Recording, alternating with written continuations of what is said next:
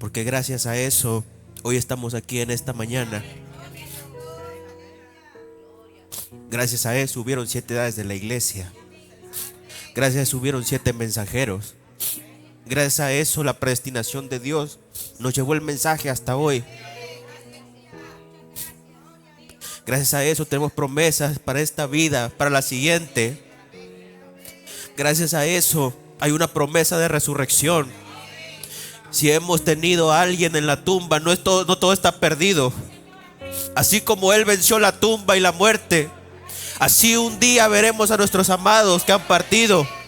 Y así mismo nuestros cuerpos mortales se van a vestir de inmortalidad. Gracias a que Jesucristo regresó en la forma del Espíritu Santo, hay un Espíritu Santo aquí dispuesto a cambiarlo, dispuesto a transformar su vida, dispuesto a ayudarlo en su hora más oscura, dispuesto a darle esperanza cuando ya nadie más la tiene, dispuesto a hablarle a su corazón, a transformar su vida. Porque Jesucristo venció la muerte, porque Él venció la tumba un día como hoy. El Dios del cielo, el que hizo el cielo, la tierra, todo lo que usted ve, vino a ser un hombre por amor a usted y por amor a mí. Venció la muerte. Y hermano, y hay evidencia de su resurrección. Que el Señor les bendiga, hermano. Ahí pueden sentarse, hermano.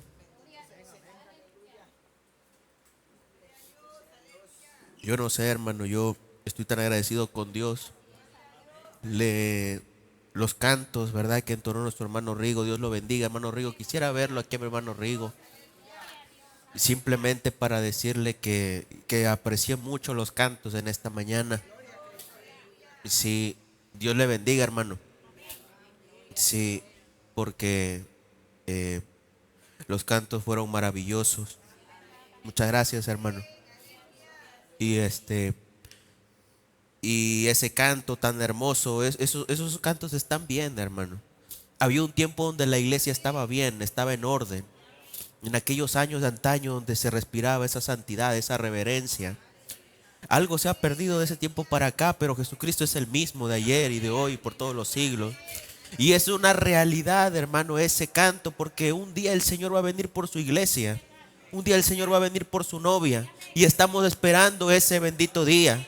La novia en su corazón ya está clamando: ven, Señor Jesús. ¿Hasta cuándo tenemos que esperar? El mundo ya está insoportable. La maldad, la incredulidad, la dureza de los corazones, tantos problemas de la vida. Es suficiente, Señor. Ya ven por nosotros. Sí. Y a eso tiene que llegar la novia del Señor, a clamar por su venida. Oh, hermano, cuando una persona está tan cómoda en las cosas del mundo, quiere decir que el amor del Padre todavía no está en él.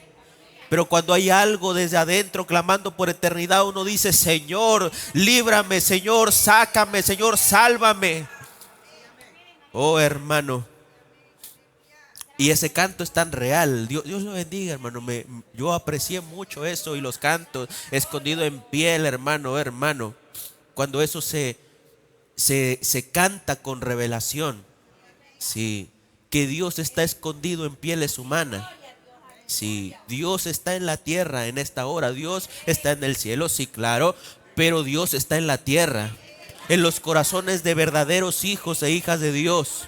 Sí, es la razón que podemos saber que Dios está aquí, por varias promesas, porque Él dijo: donde 2 o 3 estuvieran congregados en mi nombre, ahí estaré yo en medio de ellos. Sí, porque donde su palabra está, Él también está. Porque Él acude a todas sus citas. Si uno lo invita a venir a cualquier lugar, Él viene. Sí, pero tenemos que hacerlo sentir bienvenido a nuestro Señor. Darle un servicio, decirle: Señor, déjame lavar tus pies. Déjame enjugarlo con mis lágrimas. Déjame derramar mi vida delante de ti. Déjame confesar delante de ti que soy un pecador. Déjame decirte que sin ti no puedo, Señor. Pero usted es la fuerza en medio de la debilidad. Usted es lo que vale la pena en un mundo de derrota. Usted, Señor. Como dijo un hombre alguna vez: denme a Jesucristo solamente. Jesucristo basta. Cuando ese hombre fue llevado a la gloria y ve los palacios y ve la gente, y él dijo: a mí no me vengan con eso, no me vengan con palacios, no me vengan con esto. A mí denme a Jesucristo, yo quiero verlo a Él. Yo quiero ver al hombre por el cual viví el resto de mi vida. Yo quiero ver la razón por la cual me costó tanto la vida en esta tierra. Yo quiero ver a ese hombre del que me han hablado. Yo quiero ver a ese hombre del cual yo he hablado tanto también. He leído tanto de su palabra, he visto su obra, pero yo lo quiero ver a Él. Sí. Y contemplar ese rostro santo, ese rostro de amor. Dice una escritura: a verlo hemos más inatractivo para que le deseemos. Sí, él no era guapo, no era rubio, no era de ojos verdes, azules, pero tenía una mirada llena de amor. Una mirada que traspasaba al más duro corazón. Sí. Una mirada en la cual usted puede ver la misericordia, la bondad, la verdad. Ese es nuestro Señor. Sí, aquel que no tenía que venir a esta tierra, pero siempre se compadeció del necesitado. Siempre se compadeció del despreciado. De aquel que no tenía una esperanza, Él le abrió la puerta. Fue el único que creyó. Sí, como Él fue el único que creyó en usted. Y Él fue el único que creyó en mí. Cuando nadie hubiera dado un peso por usted, cuando nadie hubiera dado un peso por mí. Sí, Él tuvo la confianza, fue tan bueno. Y por su gracia estamos aquí en esta mañana. Sí, ¿cómo no estar agradecido con Él? ¿Cómo no darle las gracias por todo lo que Él ha hecho? Hermano, mire, sí, como dice aquel canto: ¿cómo no le voy a amar? Sí. ¿Cómo no le voy a amar?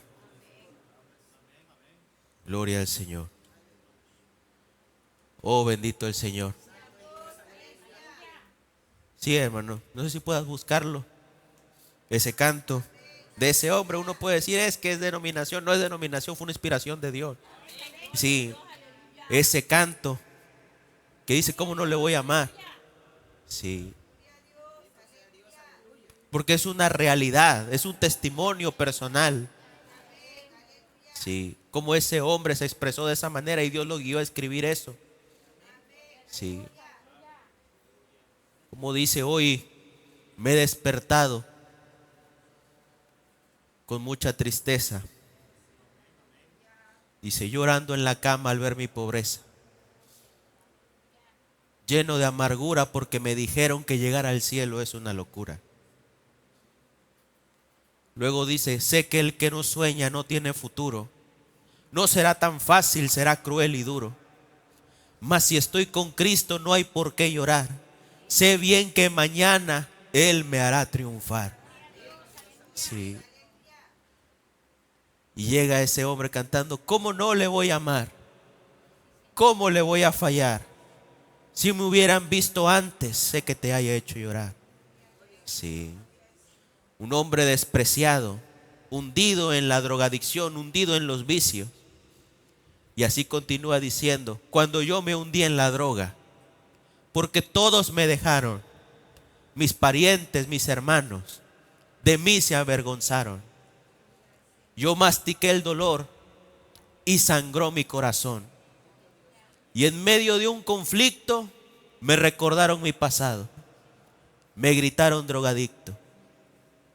Y aprendí yo con dolor que era ajeno a aquel hogar. Solamente Jesucristo, solo Él me vino a ayudar. Es por eso que al cantar siempre quiero confesar que la sangre de mi Cristo tu vida puede cambiar. Póngalo, hermano Joel, por favor. Sí.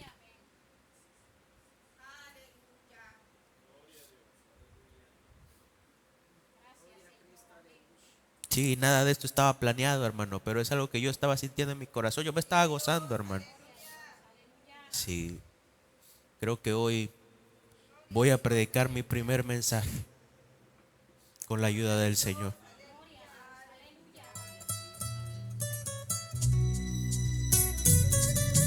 ¿Cómo no le voy a amar? Por todo lo que Él ha hecho por usted y por mí.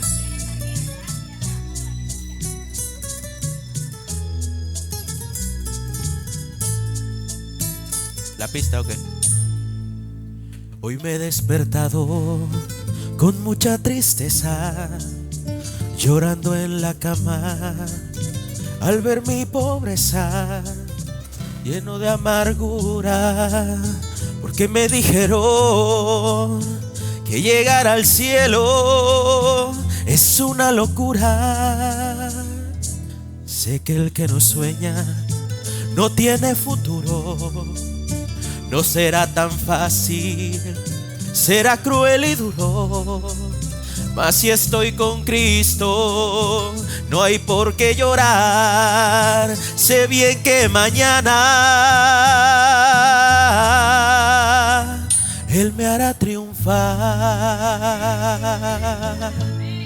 ¿Cómo no le voy a amar? ¿Cómo le voy a fallar? Si me hubieran visto antes, sé que te haya hecho llorar. ¿Cómo no le voy a amar? ¿Cómo le voy a fallar? Si me hubieran visto antes, sé que te haya hecho llorar. Lo que usted ve es la obra de Jesucristo en el Calvario. Si usted hubiera vuelto la página un tiempo atrás, usted no hubiera dado nada por usted ni por mí. Pero su gracia maravillosa sigue transformando la vida. Cuando yo me hundí en la droga, porque todos me dejaron, mis parientes, mis hermanos, de mí se avergonzaron, y yo mastiqué el dolor y sangró mi corazón. Y en medio de un conflicto me gritaron drogadicto, y aprendí yo con dolor que era ajeno a aquel hogar. Solamente Jesucristo, solo Él me vino a ayudar. Es por eso que al cantar siempre quiero confesar que la sangre de mi Cristo tu vida puede cambiar. ¿Cómo no le voy a amar? ¿Cómo le voy a fallar? Si me hubieran visto antes, sé que te haya hecho llorar. ¿Cómo no le voy a amar? ¿Cómo le voy a fallar? Si me hubiera visto antes, sé que te haya hecho llorar. ¿Cómo no le voy a amar? ¿Cómo le voy a fallar? Si me hubiera visto antes, sé que te haya hecho llorar. Señor, ese debe ser el testimonio suyo de estar agradecido con el Señor. Bien, hermano, vamos a entrar a la palabra en esta hora. Mateo capítulo 28, póngase de pie, hermano, del 1 al 10. Vamos a hablar en esta mañana del Cristo resucitado. Bendito sea el Señor Jesús.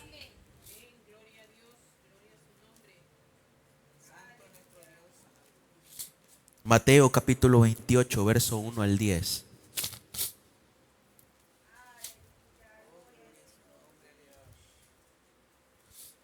Dice así la Biblia en el nombre de Jesucristo.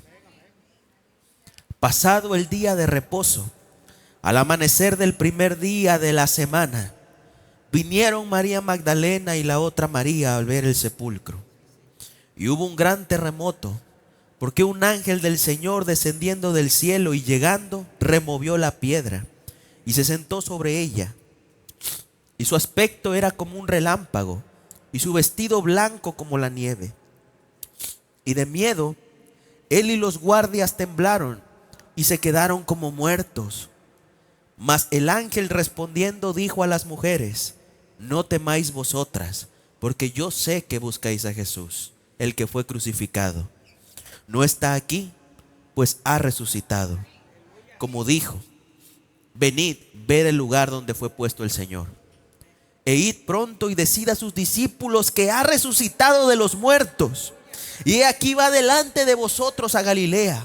Allí le veréis. He aquí os lo he dicho. Entonces ellas, saliendo del sepulcro con temor y gran gozo, fueron corriendo a dar las nuevas a sus discípulos. Y mientras iban a dar las nuevas a sus discípulos, he aquí Jesús les salió al encuentro diciendo: ¡salve! Y ellas, acercándose, abrazaron sus pies y le adoraron. Entonces Jesús les dijo: no temáis, id, dad las nuevas a mis hermanos, para que vayan a Galilea y allí me verán. Vamos a orar. Padre celestial, muchas gracias por tu palabra, Señor. Te pedimos que usted nos abra las escrituras en esta mañana, Padre. Y que usted, Señor, abra los corazones de aquellos quienes tienen hambre y sed de tu palabra, Señor. Señor, abre nuestros oídos y nuestros corazones y que recibamos una porción especial en esta hora, en el nombre del Señor Jesucristo. Amén, amén. Dios les bendiga. Pueden sentarse, hermanos. Mire, hermano, esta es la escena de la resurrección. El Señor Jesucristo, para poder llegar a eso, tuvo que pasar por etapas duras y difíciles. Él tuvo que sufrir orando en la madrugada, aquel jueves, ¿verdad? Después de haber tomado la Santa Cena. Después de haber hecho el oficio más bajo, el lavatorio de pies. Y después de que Él se fue a orar y recibir la traición de uno de sus amigos, de Judas el Iscariote. Después de eso se sucedieron muchas situaciones en las cuales el Señor sufrió también la negación de uno de sus discípulos más cercanos y más amados, el apóstol Pedro. Aquel que le dijo: Señor, hasta la muerte voy a ir contigo. Y Jesús le dijo: yo he orado por ti, Pedro, para que tu fe no falte, porque Satanás me ha pedido para zarandearte como a trigo. Sí. Y de cierto te digo que antes que el gallo cante 3 veces, tú me habrás negado 3 veces. Sí. Entonces, hermano, cuando Jesús fue llevado por la multitud y empezó a ser golpeado y escarnecido, y cuando ese hombre que había creído en el Señor, que había estado en la iglesia por 3 años, había seguido el ministerio del Señor Jesús, que había escuchado el sermón del monte, tantas cosas maravillosas que el Señor habló, había visto a los paralíticos sanar, había visto a los ciegos ver, había visto el cumplimiento de la palabra, y con una experiencia personal en su corazón de su conversión, de cómo Jesús se acercó a él y le multiplicó los peces. Sí, algo que era imposible, él se había dado por vencido. Uno no sabe en la situación en la que se encontraba Pedro en ese momento. No había pescado nada. Tal vez su familia estaba sin sustento. Tal vez estaba metido en una deuda que era impagable. Tal vez muchas cosas, hermano, que estaban pasando en la vida de Pedro en ese momento. Pero cuando Jesús llegó a la escena, ese hombrecito del cual decían tantas cosas: no, no creas en ese falso profeta, no creas en él, esto, tantas ideas. Y Pedro llegó y le dijo: tira la red hacia la derecha. Señor, pero hemos pescado toda la noche. Él era un pescador, él sabía cómo se hacía, él tenía la experiencia, él tenía todas esas cosas, estaba cierto de eso. Pero lo que es creerle a la palabra: más en tu palabra echaré la red. Y ese hombre tiró la red. Y dice que tenían que, entre las 2 barcas, tuvieron que juntarlas y se rompían las 2 barcas porque los peces eran tantos. Que Pedro, cuando vio ese milagro, se acercó a la orilla y cayó de rodillas y dijo: Señor, apártate de mí, que soy hombre pecador. Porque eso es lo que pasa cuando un hombre está parado delante de la presencia de Dios. Lo primero que reconoce es que es un hombre, una mujer pecadora. Lo primero que reconoce es que no es nada delante de su presencia, y que sin él uno no fuera nada, hermano. Sí. Entonces ese hombre cae de rodillas y le dice: Simón, tú eres Simón, hijo de Jonás, y desde ahora te haré pescador de hombres. Ven y sígueme. Esa era la experiencia gloriosa que ese hombre tenía de conocer el evangelio. Pero en el momento de la prueba, en el momento cuando se necesitó que ese hombre, su fe fuera firme y fuerte, sí, todo, ¿verdad? Los sermones que había predicado, todo lo que él había escuchado, las sanidades cuando fue por los 70 y echaban fuera demonios. En el momento cuando se puso difícil la prueba, le preguntaron: tú eres Galileo, ¿verdad? Tú eres seguidor de Jesús, ¿verdad? Tú eres cristiano, ¿verdad? No, no, ¿cómo crees? Más adelante siguió caminando. Tú anduviste con ellos, tu hablar te delata. No eres como los mundanos hablando cualquier leperado, no, tú eres diferente. Tú has estado con ellos, ¿verdad? No, no, yo no tengo nada que ver con ellos. Sí. Hermano, y llegó la última prueba. Una mujer. Una mujer que dijo: sí, yo lo conozco, él estuvo allí, yo lo escuché predicar, yo lo escuché hablar del Señor, yo lo escuché esto, el otro. Sí, sí, una mujer. La acusación de una mujer. Y cuando llegó ese momento, Pedro lo negó con maldiciones. Sí. ¿Cuántas veces no hemos sido ese Pedro? Conociendo del Señor, habiendo probado de sus delicias, y cuando la prueba se pone dura, uno empieza a negar al Señor. Uno no tiene la fe suficientemente firme para poder pararse por Él. Y mientras eso estaba pasando, a lo lejos allí iba un hombre siendo golpeado.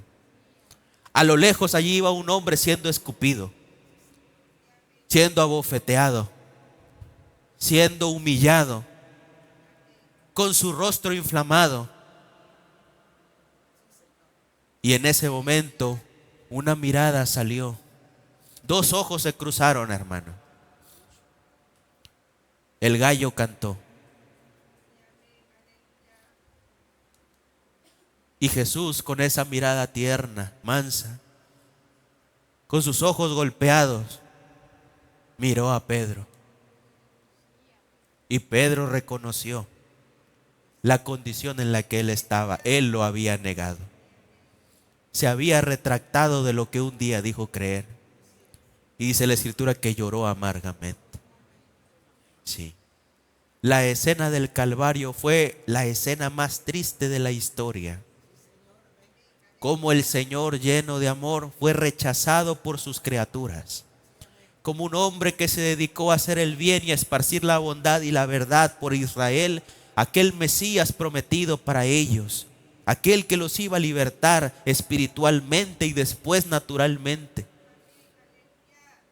fue despreciado de sus hermanos. Tanto así que el mismo Señor, el mismo profeta dice: a Jesús no lo mataron los latigazos, a Jesús no lo mataron los clavos, no fue la corona de espinas. Dice que Él murió, y lo dice textualmente, y si quieren lo pueden buscar en la mesa, donde el profeta dice textualmente que Él murió con el corazón roto. Con el corazón roto. Sí. Un sentimiento tan profundo de tristeza. Y eso clínicamente es posible. Uno llega a un punto donde los vasos del corazón se rompen y uno se empieza a desangrar por dentro. Y esa es la razón que cuando el romano le atravesó la lanza y los clavos y pasó en medio de él, es la razón que salió agua y sangre, se habían separado por la presión. Y el líquido que estaba, ¿verdad?, en el pecho se regó. Porque el Señor murió con un corazón roto. Sí. Eso fue lo que costó tu salvación.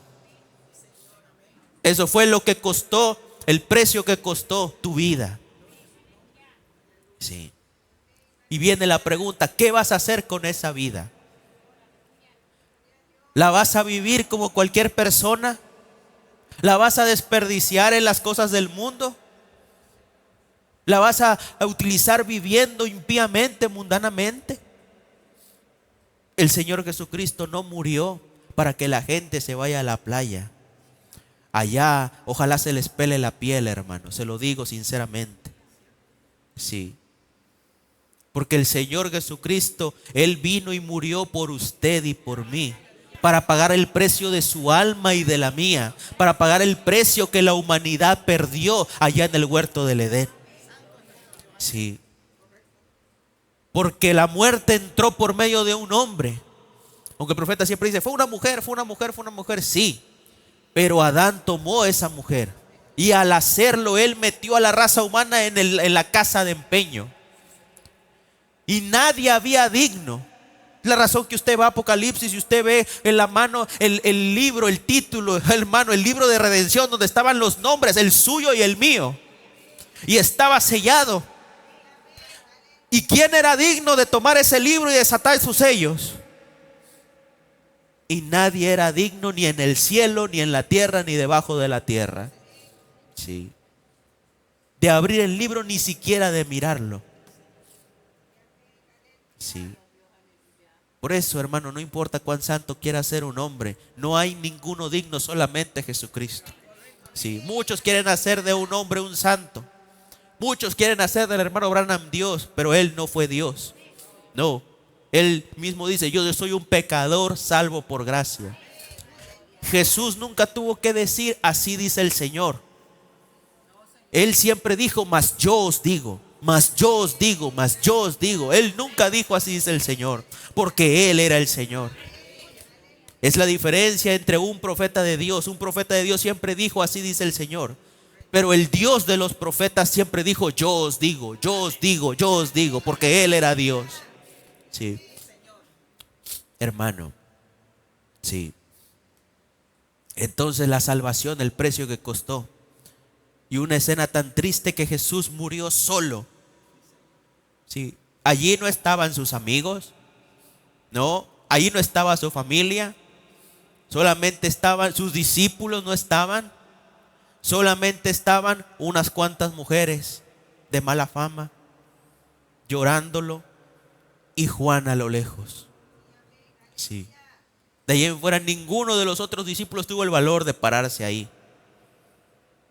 Porque la escritura decía, hiere al pastor y se dispersarán las ovejas.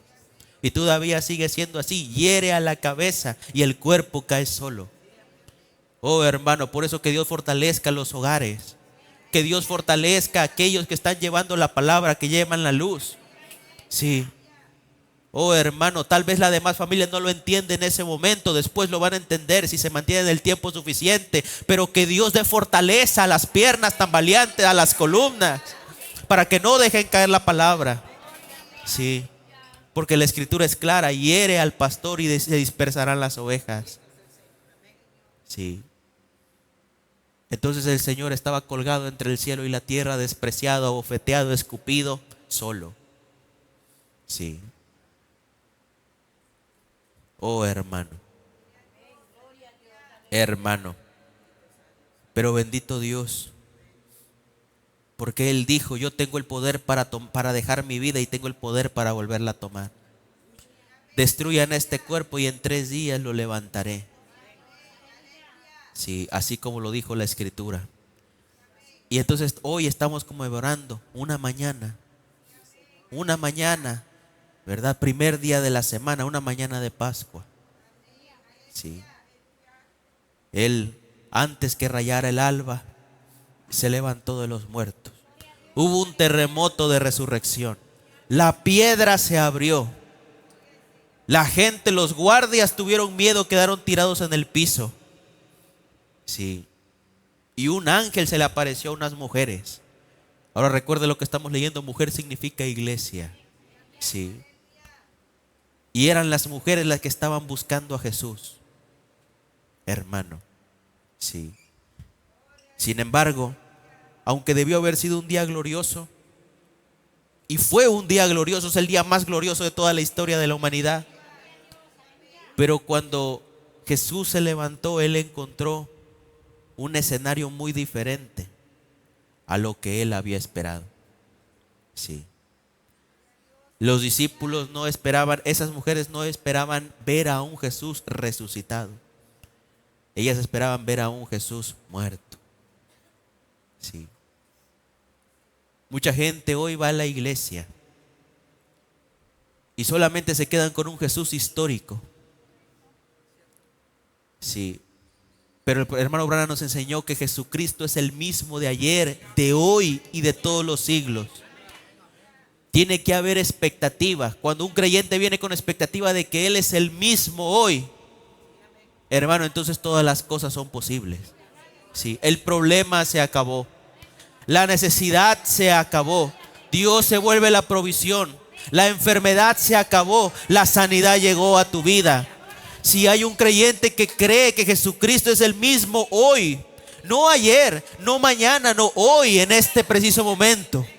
Sí, hermano, sacándolo a Él de la historia.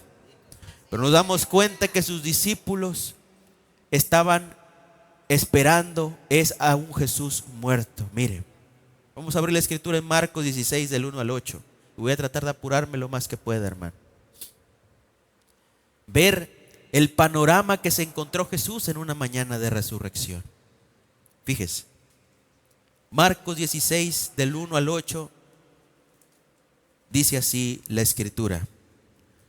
Cuando pasó el día de reposo, María Magdalena, María la madre de Jacobo y Salomé compraron especias aromáticas para ir a ungirle.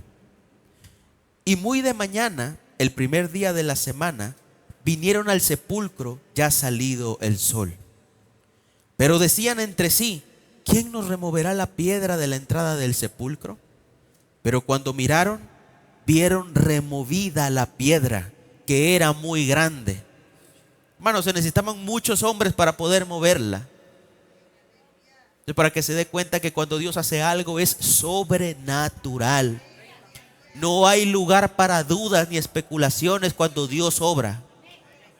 Es absolutamente Dios. Mire, sí. Oh, hermano, bendito el Señor. Y cuando entraron en el sepulcro, vieron a un joven sentado al lado derecho, cubierto de una larga ropa blanca, y se espantaron. Mire cómo es la escritura. Vino el profeta, esto lo acabo de captar ahora, hermano. Vino el profeta a decirnos que allá del otro lado no hay viejos, tampoco hay niños. ¿Qué es lo que hay al otro lado, hermano?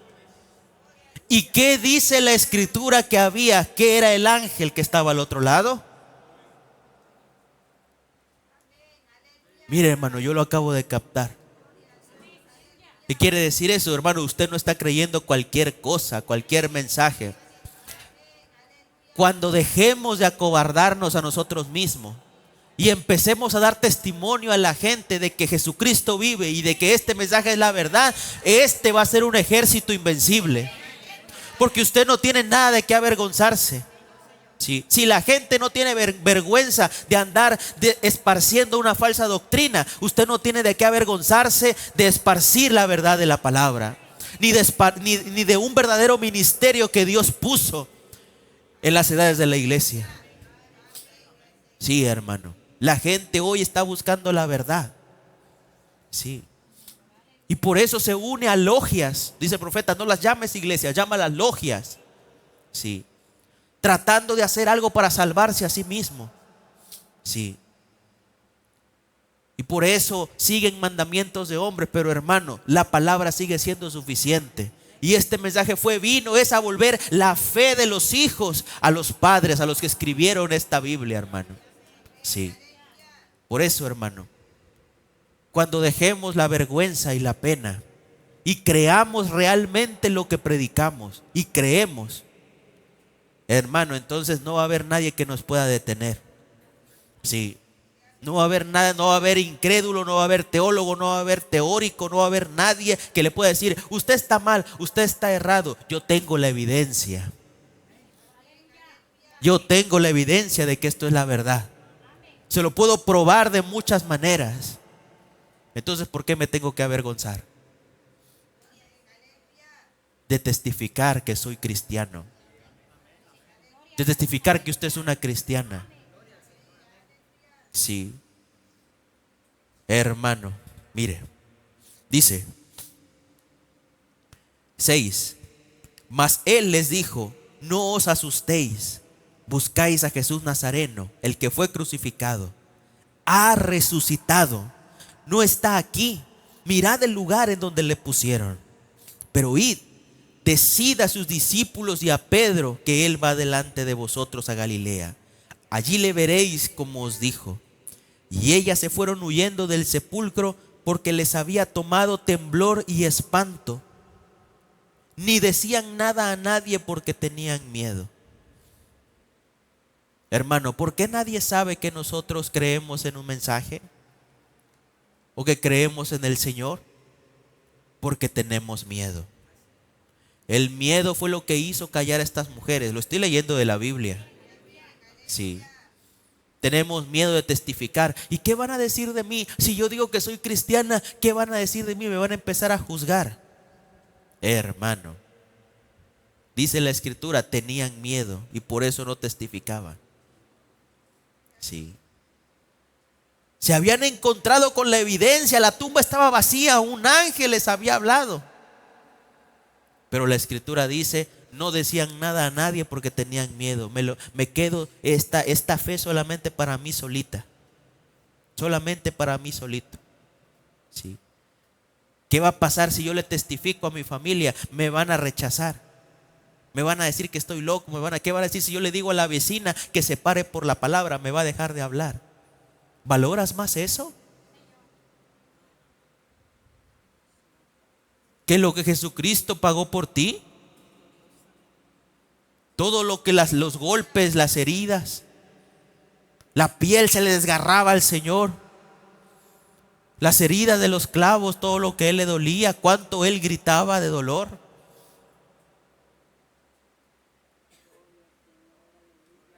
Y valoras más cualquier otra cosa que la palabra de Dios. Le haces más caso a la vecina, a la familia, al tío, a la tía, al padrino, al otro, al amigo.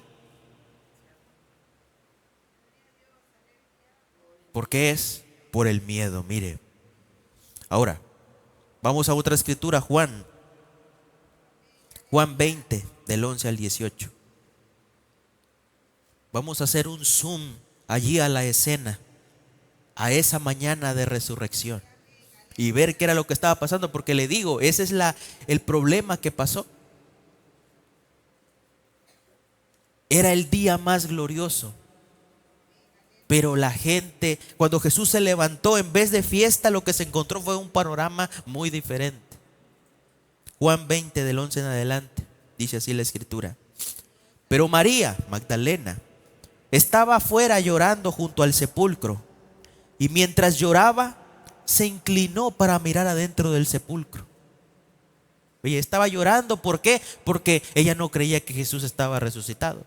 Lo que pensaban era que se habían robado el cuerpo entre varios, unos salteadores. Y entonces estaba la pobre María llorando por su maestro. Se llevaron a mi maestro, mira. Y así, hermano. Ahí estaba María. Y vio dos ángeles con vestiduras blancas que estaban sentados, el uno a la cabecera, el otro a los pies, donde el cuerpo de Jesús había sido puesto. Mire, ahí estaban, como el arca de la alianza, hermano. Uno de un lado, otro de un lado, la palabra en medio. Vea, dos ángeles allí. Oh, hermano, esto es revelación. Sí, lo voy a volver a leer. Vio a dos ángeles con vestiduras blancas. Eso es muestra de que Jesús está aquí, hermano. Cuando Jesús está aquí, su palabra se abre. Vio dos ángeles con vestiduras blancas que estaban sentados, uno a la cabecera y el otro a los pies, donde el cuerpo del Jesús había sido puesto. Sí. Ve usted, todo eso era un tipo. El arca que estaba allí era un tipo. Hoy no saben dónde está el arca. Sí. Fue un artilugio que se perdió entre las conquistas de Israel. Nadie sabe dónde quedó el arca de la alianza. Sí, porque eso existió.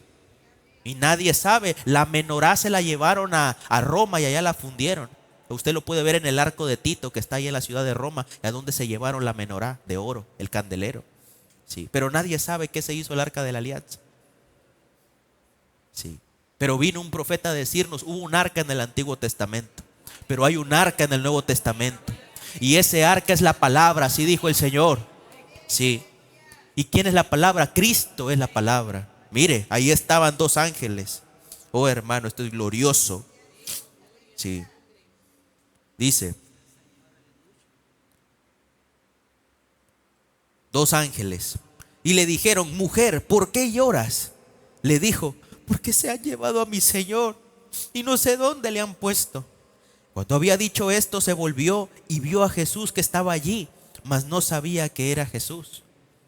Sí, estaría llorando, no sé, estaría volteando hacia abajo, estaría Jesús en otra forma. Yo no sé cómo decirle, pero ella no lo conoció. Sí.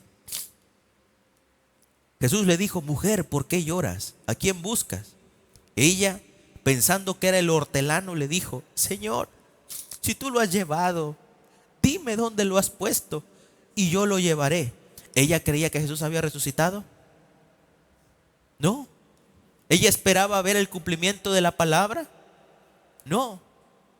Y así hay mucha gente hoy viniendo a la iglesia. Sí. No creen que Jesús es capaz de cumplir lo que Él prometió. Él dijo que resucitaría en 3 días y Él lo cumplió. Pero sus discípulos no lo creían. Sí. Hoy el Señor ha dado promesa de que Él va a venir por su iglesia. Sí. Hoy el Señor ha dado promesa que esta edad se va a terminar con el rapto de la iglesia, en la cual primero habrá una resurrección de los muertos. Hermano, y yo no sé cuánto usted lo crea, pero un día yo voy a ver al hermano Antonio tocando la puerta de mi casa. Y después de verlo a él, yo voy a ser transformado de este cuerpo, hermano. Sí.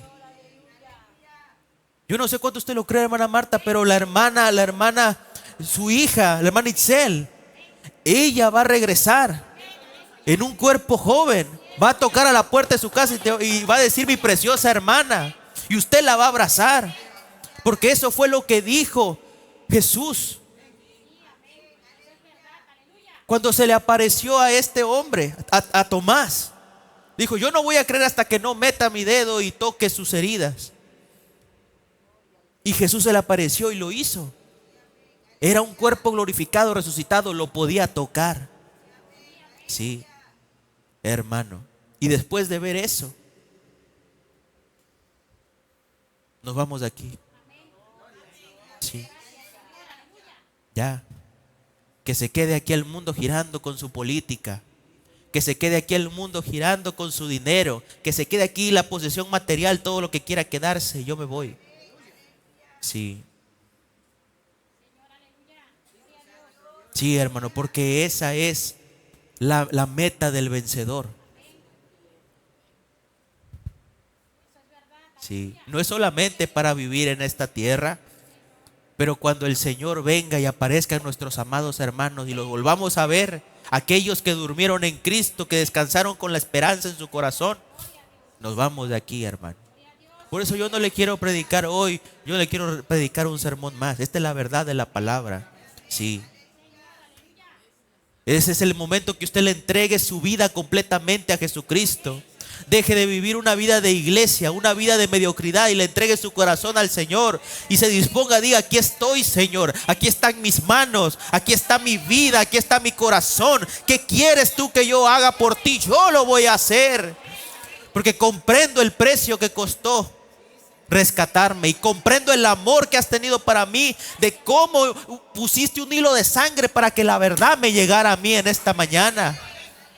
Cuánto me amaste. Para el mundo tal vez soy una cosa que no vale la pena, sin valor, pero tú me amaste tanto que enviaste, acomodaste tantas cosas para que tu verdad me llegara. Oh, hermano, como dice ese canto, ¿cómo no le voy a amar? ¿Cómo le voy a fallar? ¿Cómo voy a dejar esta verdad por cualquier otra cosa del mundo? No. Viviré mi vida y haré y tomaré mis decisiones de acuerdo a lo que diga esa palabra. Trabajaré, viviré, haré mi familia, haré muchas cosas, pero esta palabra va a regir mi camino. Por eso es que la decisión más importante en la vida de una persona no es con quién se va a casar, dónde va a estudiar, de qué va a trabajar, dónde va a vivir. Es qué vas a hacer con Jesús llamado el Cristo. Porque de esa decisión depende toda tu vida. Esa decisión marca una vida, hermano. ¿Qué vas a hacer con Jesucristo? ¿Le vas a servir de todo tu corazón? Pues eso va a marcar toda tu vida. Sí. Y déjame decirte que Dios no tiene preparado un camino de sufrimiento para ti. Sí. El sufrimiento es por amor. Sí. Mire, una vez hubo un perseguidor de la iglesia, Pablo. Era Saulo de Tarso. Él era de otra religión. Él pensaba que él estaba haciendo lo correcto. Tenía una idea de cristianismo. Sí. Vivía su vida de esa manera y tenía ambiciones. Él quería llegar a ser el sumo sacerdote, llegar a ser un puesto alto. El profeta dice eso. Pero un día se encontró con una luz más brillante que el sol al mediodía. Sí. Y le dijo: Saulo, ¿por qué me persigues? Él reconoció quién era el que le estaba hablando. Era la voz de Dios. Y por eso le dijo: Señor, ¿quién eres? Yo soy Jesús, a quien tú persigues. Y después de esa experiencia, un hombre perseguidor de la iglesia cambió su corazón. Sufrió más que ningún otro apóstol por el Señor, hasta que entregó su vida completamente. Y la misma escritura dice que él pudo haber alcanzado la libertad cuando él estuvo ante Agripa. Sí. Mire, vamos a leerlo, hermano. Hechos 26. Cuando él estuvo ante Agripa y él empieza a contar su testimonio, lo que él era antes. Sí. Hechos 26 del 4 en adelante. Desde el 1, hermano. Vamos a leerlo desde el 1. Es todo el capítulo, de hecho. Hechos 26. Llegado pues Festo a la provincia, subió, dice, y entonces Agripa dijo a Pablo: ¿se te permite hablar por ti mismo? Entonces Pablo, extendiendo la mano, comenzó así su defensa. ¿Cómo llegamos hasta aquí, hermano? Un hombre que tenía el apoyo de todas las iglesias, que estaba respaldado por todas esas cosas, que tenía una gran jerarquía, un gran nombre entre su denominación, entre su grupo, su organización. ¿Y cómo es que llegamos a un hombre que está siendo enjuiciado por su propia nación, por haber traicionado lo que él creía? ¿Cómo llegamos aquí? Oh, hermano, nadie se hace matar por una mentira. Él se encontró con algo verdadero. Sí, mire. ¿Y cómo estaba Pablo? ¿Tenía miedo? Estaba en un tribunal. Pero él, ¿cómo estaba? ¿Tenía miedo? Verso 2, hermano. Me tengo por dichoso, oh rey Agripa, de que haya de defenderme delante de ti de todas las cosas de que soy acusado por los judíos. Mayormente porque tú conoces todas las costumbres y cuestiones que hay entre los judíos, por lo cual te ruego que me oigas con paciencia. Mire, este hombre sabía de la tradición judía. Y él sabía que había algo en su corazón de ese rey Agripa, que él quería saber la verdad. Por eso es que no le podemos cerrar el reino de los cielos, hermano. Hay gente, hay doctores, hay maestros, hay abogados, hay gente en esos lugares que hay algo que no les satisface. Hay gente que también quisiera encontrar la verdad, ¿sí? No han sabido cómo llenar esos vacíos de reconocimiento, de poder, de dinero, de abandono. Esas cosas la han querido llenar con dinero, con estatus, con esas cosas. Pero cuando están allí se dan cuenta de que algo no funciona. Hay un vacío allí, no sirve. Este era uno de ellos. Quería encontrar la verdad. Y había estudiado, había llegado cerca allí con los judíos. Y Pablo le estaba diciendo: yo sé que tú conoces de estas cosas. Y Pablo comienza a relatar su testimonio antes de su conversión. Mi vida, pues, desde mi juventud, la cual es desde el principio, pasé en mi nación, en Jerusalén.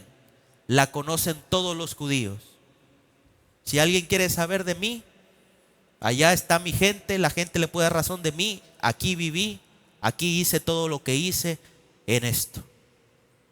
Es lo que dijo Pablo. Mi vida todos la conocen, los cuales también saben que yo desde el principio, si quieren testificarlo, conforme a la más rigurosa secta de nuestra religión, viví fariseo. ¿Ve? Su vida pasada. Había estado en una denominación, fui ferviente fiel, no me perdía ni un culto, ayunaba, diezmaba, velaba, apoyaba la causa. Yo estaba allí. Pueden dar testimonio de que eso fue nuestro testimonio allá.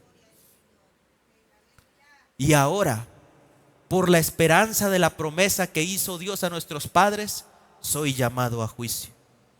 Él se estaba parando por esta verdad. Promesa cuyo cumplimiento esperan que han de alcanzar nuestras 12 tribus, sirviendo constantemente a Dios de día y de noche. Por esta esperanza, oh rey Agripa, soy acusado por los judíos. Recuerde quién era Pablo. Era un perseguidor. Era alguien que le hacía problema. Él mismo lo va a decir, lo que él era. ¿Sí? Cómo él se metía y hacía blasfemar a la gente. ¿Sí? Llévelo hoy a la vida moderna, secular.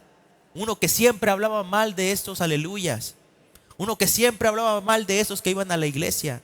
Uno que le hacía la vida de cuadritos a su esposa, a su familia. Una que estaba allí toda pintada y con el corazón duro y no quería nada con Dios, no quería ni venir a la iglesia. O que estaba engañada en una denominación adorando a sus santos, a sus ídolos y todo eso. Sí. Pero se encontró con algo más grande. Y desde ahí todo fue diferente. Dice Pablo, ¿qué? ¿Se juzga entre vosotros cosa increíble que Dios resucite a los muertos? Fíjese, Pablo, él no lo vio en vida a Jesús. Él no estuvo allí. ¿Quién lo convenció? Él tuvo una experiencia. Eso fue lo que lo convenció.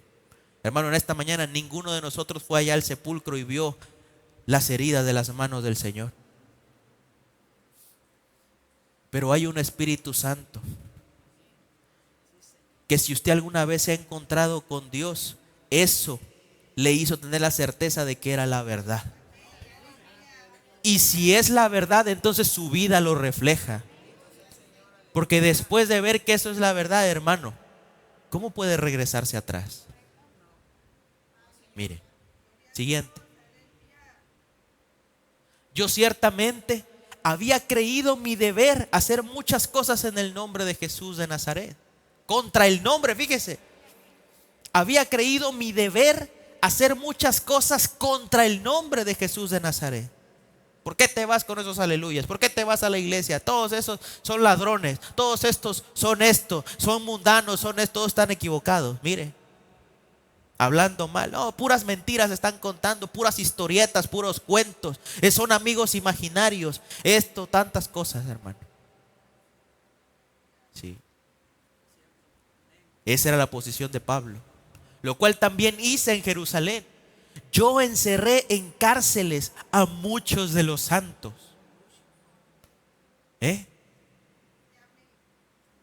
Sí. La primera estrella, Pablo, le hizo daño a hijos de Dios. ¿Cómo? Habiendo recibido poderes de los principales sacerdotes, y cuando los mataron, yo di mi voto. Yo estaba ahí. Sí. Fíjese. Encerré en cárceles a muchos de los santos. Es gente que le hizo daño, mucho daño a los hijos de Dios en su momento. Sí. Pero era un hijo de Dios. Hermano, ¿qué va a ser lo único que va a revelar a un verdadero hijo de Dios? Muchas veces es el espíritu del sacrificio, el espíritu del buey. Nuestros hermanos de las edades fueron matados, ofrecían sus vidas en sacrificio. Hermano, hoy tal vez no le pongan una pistola en la cabeza para decir niega tu fe. Pero le toca morir a usted mismo, morir a su orgullo, morir a eso de que a mí no me va a faltar el respeto, se va a enterar de quién soy yo. Eso es del infierno y te va a llevar al infierno. Tu carácter del orgullo del infierno hoy queda derrotado en el nombre de Jesucristo. Bota eso. Sí, porque tú no eres nada delante de Dios, somos polvo y nada más. Sí. Mire, nuevamente el testimonio de aquella mujer. Ese hombre le hizo la vida de codrillo, le tiró la comida en el piso. Y esa mujer tenía el espíritu del buey, el espíritu del sacrificio en su corazón. Y llorando empezó a cantar: debe Jesús cargar solo la cruz. Llevar la cruz de Cristo a veces es dolor. Sí. En el monte Calvario estaba una cruz, emblema de afrenta y dolor. Oh, yo siempre amaré esa cruz, en sus triunfos mi gloria será. Y algún día en vez de una cruz, mi corona Jesús me dará. Ese es el evangelio antiguo. Sí. ¿Y qué hizo el testimonio de esa mujer? Hizo que su esposo y esa bola de incrédulos dijeran: esa es una verdadera cristiana, yo me voy a entregar a Jesucristo. Sí. Mire, ¿cuántos hermanos no sufrieron con el espíritu del buey en su corazón de sacrificio? Sí. Pero gracias a eso tuvimos un hermano Pablo. Sí, hay mucha gente que pasó mucho tiempo sufriendo en su hogar cosas, maltratos, desprecios.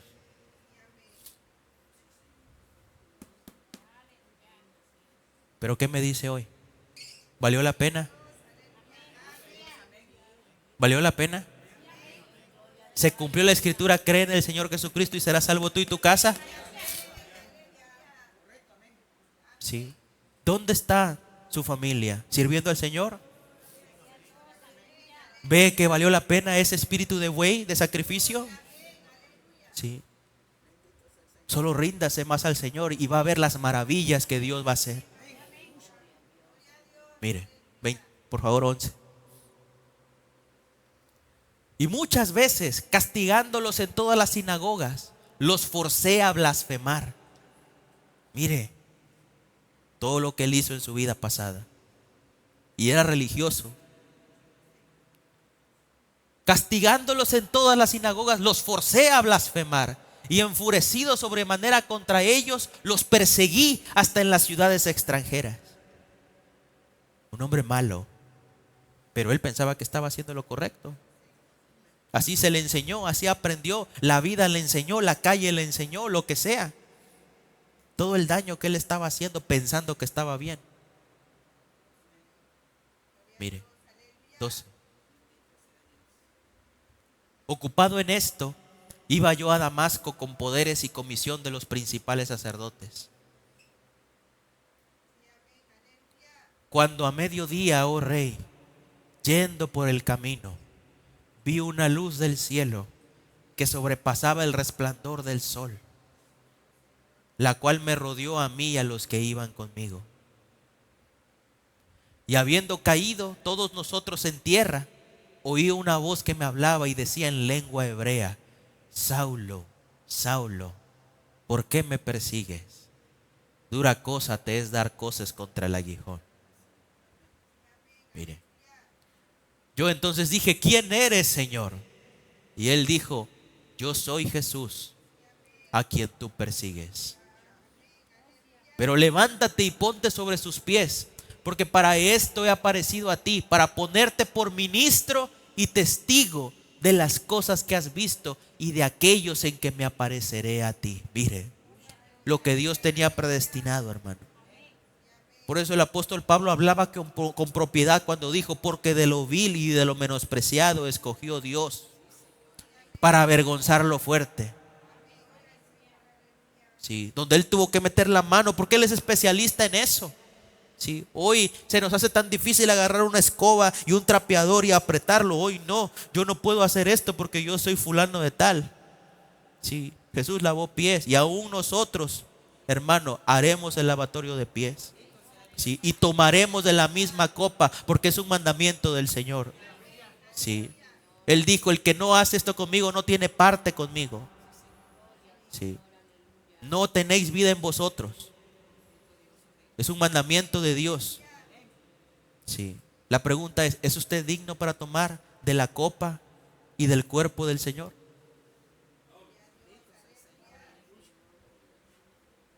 Sí.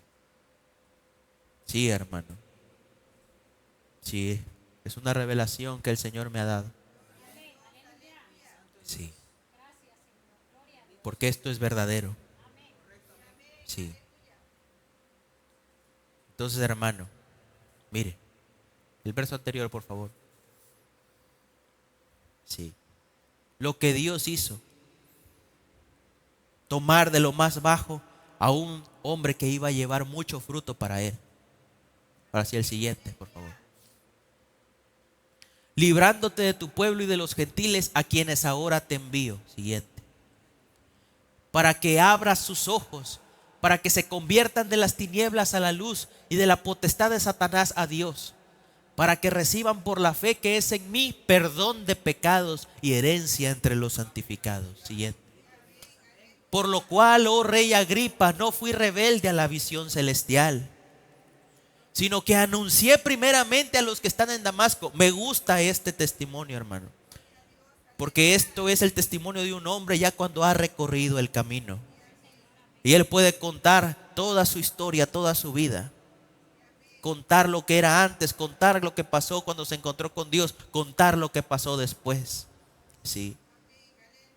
Satanás solamente se va a quedar con aquello. Ah, sí, mira, aquel engañador, aquel violento, aquel que hacía blasfemar. Sí. Pero la historia no se quedó allí. La historia avanzó. Sí. Dios se encontró con ese hombre y lo hizo diferente. Miren, sí. Sino que anuncié primeramente a los que estaban en Damasco y en Jerusalén y por toda la tierra de Judea, y a los gentiles que se arrepintiesen y se convirtiesen a Dios, haciendo obras dignas de arrepentimiento. Eso es lo que nos falta, hermano. Sí, obras dignas de arrepentimiento. La gente dice perdón, perdón. ¿Y cuándo va a ser su obra digna de arrepentimiento? Sí. ¿Cuándo va a demostrar realmente que no va a cambiar, que sí cambió, que sí se arrepintió? Sí. Pero sigue persistiendo en lo mismo. Usted no se ha arrepentido. Sí. Muestre su obra digna de arrepentimiento. Bote eso. Tírelo, quémelo, acabe con él, termine con esas amistades, corte con esas cosas. Esa es su obra digna de arrepentimiento. Sí. Mire, mientras no haga eso, eso muestra que usted no se ha arrepentido. No tiene suficiente valor para apartarse de esas cosas. Por causa de esto, los judíos, prendiéndome en el templo, intentaron matarme. Oye, pero si antes lo amaban, si antes le decían: oh, Pablo, qué buen sermón predicaste. Oh, Pablo, mira qué tremendo eres. Yo cuando sean las elecciones voy a votar por ti porque tú eres el bueno. Sí. Pero ahora lo querían matar. Pero habiendo obtenido auxilio de Dios, persevero hasta el día de hoy, dando testimonio a pequeños y a grandes, no diciendo nada fuera de las cosas que los profetas y Moisés dijeron que habían de suceder. Bien parado en la palabra. Sí. Que el Cristo había de padecer y ser el primero de la resurrección de los muertos, para anunciar luz al pueblo y a los gentiles. ¿Ve? Vuelvo y repito, Pablo no fue al sepulcro, no lo vio físicamente, sí, como ninguno de nosotros, pero él era el que más creía en la resurrección. Sí. Diciendo él estas cosas en su defensa, Festo a gran voz dijo: estás loco, Pablo, las muchas letras te vuelven loco. Cuando usted sea un verdadero cristiano, eso es lo que van a decir de usted. No, se volvió loco ese chamaco. No, ya, perdió la cabeza, se volvió fanático, se volvió esto, se volvió un religioso, lo que usted pueda decir. Y siga diciendo lo que quiera. Sí, así es. Y lo mismo van a decir de usted cuando se empieza a parar realmente por un verdadero cristianismo. No, la tía, la perdimos, la tía, mira tan buena que era. Era la que pasaba las cervezas, era la que hacía la comida, era la que esto. Y ahorita con su Jesús y con su Jesús. Ah,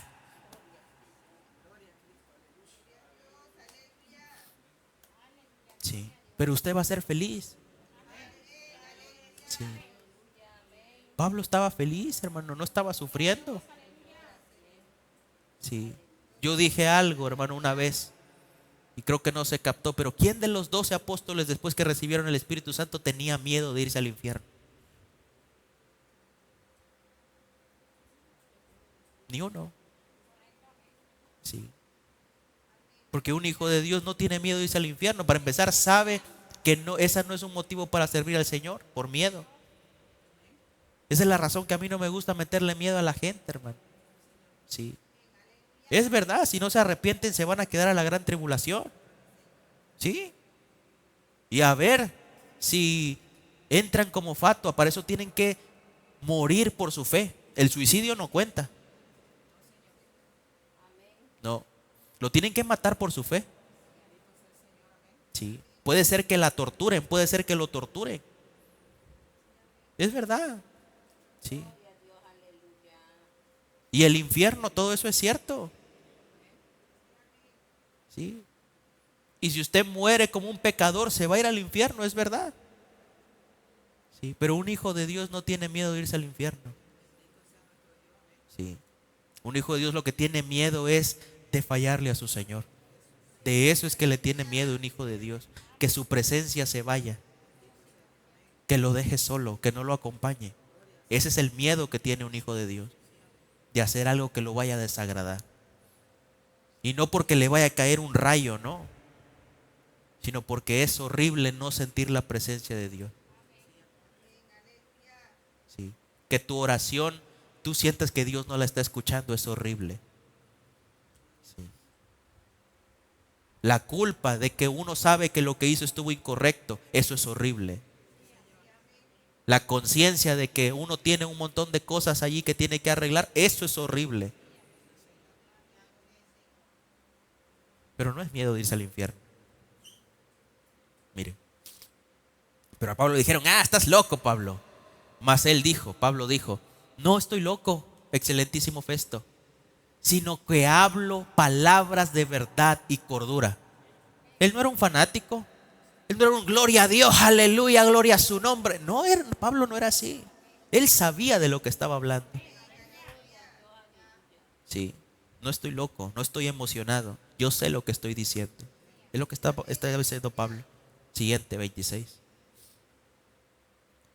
Pues el rey sabe estas cosas, delante de quien también hablo con toda confianza, porque no pienso que ignora nada de esto, pues no se ha hecho esto en ningún rincón. Sacamos los recortes del periódico, hermano, los mostramos aquí. Todo lo que el hermano Branham hizo. Usted puede ver, hubo un hombre, la gente reconoce que el iniciador del avivamiento fue el hermano Branham. Reconoce todos los milagros y las maravillas que se han hecho. Esto no se hizo debajo del almud, ahí escondido, ¿no? Aún la misma Wikipedia dice que en su momento él tuvo las campañas evangelísticas más grandes del mundo. 500,000 de gente. En un cierto lugar, en un campo, 500,000, 500,000. Ahí están las fotos, ahí está todo. Mire. Por último, le dijo Pablo, ¿crees, oh rey Agripa, a los profetas? Yo sé que crees. Y si le preguntáramos a un evangélico, ¿verdad? ¿Tú crees en los profetas? Sí. ¿Qué dice Malaquías 4:5? ¿Qué dice Apocalipsis 17? ¿Qué dice Apocalipsis 3:14? 15. ¿Qué dice Lucas 17:30? ¿Tú crees? ¿Qué dice Mateo 17:11 en adelante? Elías vendrá primero, restaurará todas las cosas. Siguiente verso. Entonces Agripa dijo a Pablo: por poco me persuades a ser un cristiano. Hermano, si por él hubiera sido, hubiera aceptado. Pero como era un magistrado, era una persona importante, ¿qué van a decir de mí? Me van a enjuiciar igual que a este. Voy a perder todos mis títulos y mis privilegios. Qué diferente, ¿verdad? 400 años antes, cuando la iglesia, el catolicismo se hizo la religión del Estado. Y entonces ahí el que no fuera católico, lo mataban. Fíjese. Siguiente versículo. Y Pablo dijo: quisiera Dios que por poco o por mucho, no solamente tú, sino también todos los que hoy me oyen,